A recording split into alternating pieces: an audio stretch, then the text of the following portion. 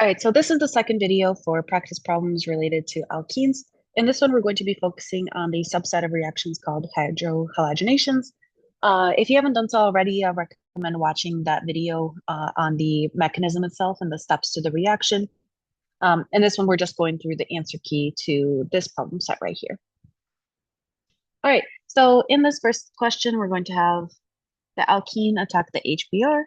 And so in our first step, we will form a carbocation and a bond to a hydrogen. And so if we remember, we want to form that carbocation on the more substituted position. In this one, we have equally substituted carbons. And so we end up, and it's a symmetrical molecule. So it doesn't really matter which carbon we choose for this one. Next, we look for rearrangements. We already have a tertiary carbocation, so we won't get any rearrangements here. And so we can move on to the last step, which is that bromine attacking and forming a bond there. And again, we're not showing any stereochemistry here because we have a mixture of products. And so we end up adding that hydrogen and the bromine across that double bond. For the second one, we have the attack on the HI.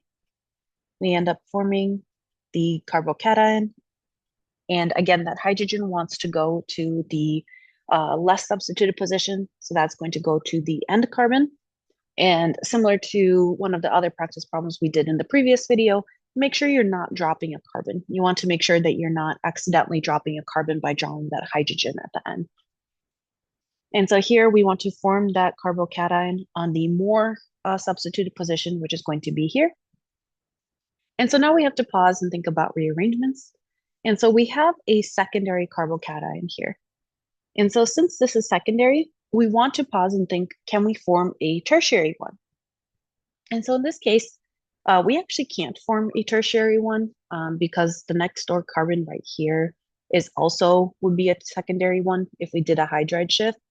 And then if we shifted to the other side, that would be a primary. So we wouldn't want that either. And so we can't do a rearrangement here because we wouldn't form a more stable one. And so we can move on to the next step, which is that iodine coming back in and attacking that carbocation. And we end up having a mixture of products here. And here, since we have stereochemistry shown at that other position, I'm going to explicitly draw out the two products that we have to show that the ethyl group, which is wedged, stays the same. And so we actually get a mixture of diastereomers here instead of enantiomers. And so be careful with putting plus enantiomer on an exam because these two are not enantiomers because there's multiple stereogenic centers. And so we want to draw out both the wedge and the dash for that iodine. All right, for this next one, we have an alkene here, just kind of a flat chain. And same as before, we get this here. And for this one, we have that both carbons are equally substituted. We have a secondary one here and a secondary one here. And so for this position, we actually don't have a selective site. And so we'll end up having a mixture of products where we'll get a carbocation and the hydrogens added to both positions. And so we'll end up getting a mixture of products here. In both of these cases, we can't have any rearrangements that would help stabilize the carbocation. We'd just be shifting from a secondary to a secondary one, which isn't preferred. And so for that next step, we have that the iodines come back in and attack both of those sites. And so I'll just kind of draw them the same way here. And so we end up with a mixture of products.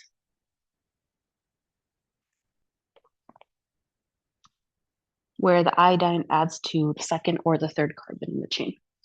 And note that I'm drawing this iodine in plane. You can draw like all the different combinations of wedges and dashes if you want here, or you can just draw it in plane to show that we don't know the stereochemistry. All right, next we have HBr here. And so for this one, we can attack here and do that.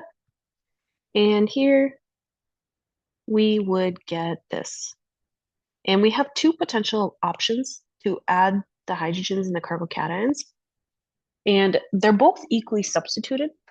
However, if we place our carbocation here and add the hydrogen to the other carbon, then we end up having a resonance stabilized secondary carbocation. And we know that resonance stabilized is always better. Being in that benzylic position stabilizes it throughout the ring.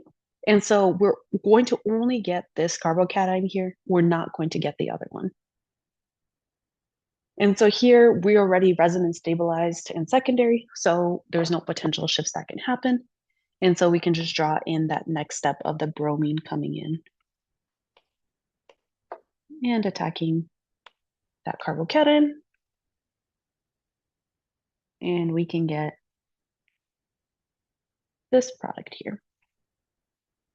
And again, we could draw these out both as the wedged and the dash, or you can just keep it as a straight line to show that you have a mixture of the products. But I'll just draw both here. I'm going to space these a little bit. Okay. All right. So next we can do this one over here. And I intentionally included these two examples next to each other because they kind of help illustrate the potential shifts that you can get in a reaction. So let's start with this first one. Here we have the attack on the HI. And here we know we can put that carbocation into that tertiary position and the hydrogen goes to the other carbon. And from here on out, I'm going to stop drawing in that hydrogen. We can just assume that it's going to the other carbon and that in skeletal representation, you don't have to illustrate it. Then that iodine can attack that tertiary one. We're not getting rearrangements here because we know that it's a tertiary carbocation already. We're already stable. We get that. Next, we can have this next one. Same thing as before, alkene attacks HI. And a lot of these kind of, after a while, they're very repetitive because it's the same steps. Here we want this carbocation on the secondary position. And so here we can pause and think about the rearrangements that we could get here. So we're secondary right now, but we have a potential site right here where we could get a tertiary one. And so for this, we would want to do a hydride shift. So we'll get a 1,2 hydride shift here to form that more stable tertiary carbocation right there. And so then that iodine from earlier on can come in, attack that carbocation.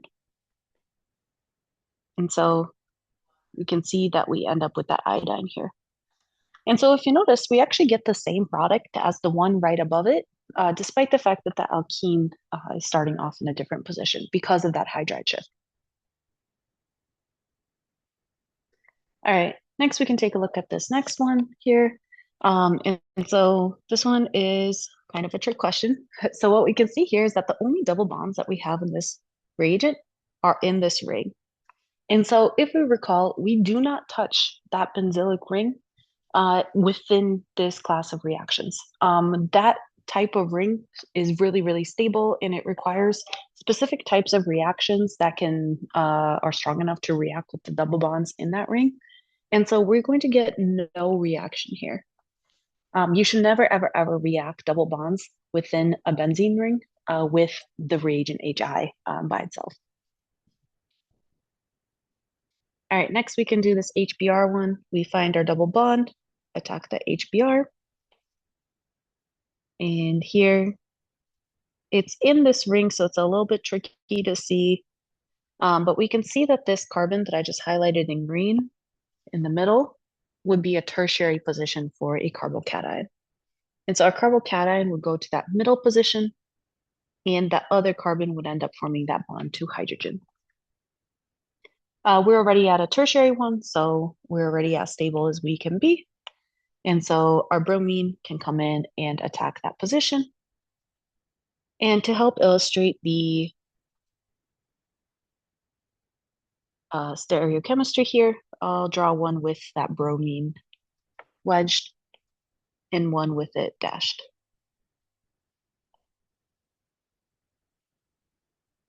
So you get a mixture of products. And again, note that this methyl group that's on the outside here, it's not related to the reaction at all, but we know that that uh, that methyl group does not change stereochemistry. We want to keep it as wedged regardless of the bromine. All right, next we can do this HI, same thing. And so here we can form this secondary carbocation here. And so here we can actually get a methyl shift to make a more stable tertiary carbocation. And so we're going from secondary to tertiary, which is favored. Then we have a methyl that ends up there. And then the iodine can come back in. And so for our final product, we will get this. And again, note that I'm keeping these groups in plane because we have a 50-50 mixture where the iodine and methyl groups are wedged and dashed and flipped. So we don't want to go with a specific stereochemistry here. Lastly, we can do this, HBr, same thing. And what we'll note is that in this one, we have a symmetrical molecule. And so it doesn't really matter which carbon we choose for that carbocation. If there was a difference, like if we had a methyl group somewhere else, then you would get a mixture of products. But here we get both. And one thing to note here is that we have secondary. So we always want to pause and look for rearrangements. And what we can see is that we have a position where we could get resonance stabilization if we shift over this hydrogen here to the right through a hydride shift. Because then if we do that hydride shift, what we get is this intermediate here,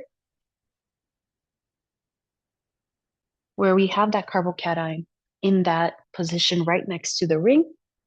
And so we get resonance stabilization here in green. And so even though we're not becoming tertiary, we are becoming secondary with resonance. And so that's a lot more stable. And so it's a preferred part or preferred step in the reaction. Finally, we can have that bromine come in. And so our final product for this reaction would look like this, where we have a 50-50 mixture of that bromine being wedged and dashed. And I don't have space to draw out the wedge, so I'm just going to do a straight line here to show that we have a mixture. All right, so that wraps up this set of reactions. And in the next one, we'll have some other types.